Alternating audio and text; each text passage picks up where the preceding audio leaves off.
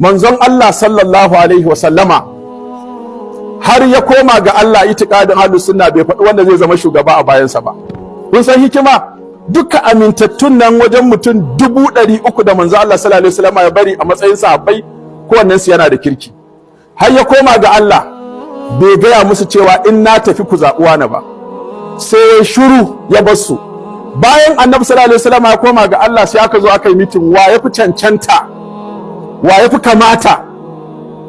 Sai aka ce Abu Ubaidatu bin Jarrah, wasu su ce Umar bin Khattab, wasu ce Ali bin Abi Talib, wasu ce Abubakar Siddiq, wasu ce Ubadatu bin Samit.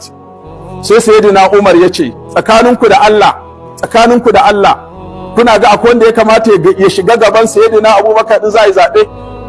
Suka shiru. Ya ce waye yayi kaza yayi kaza yayi kaza yayi kaza yayi kaza. Yace saboda haka a zaɓi sayyidina Abubakar.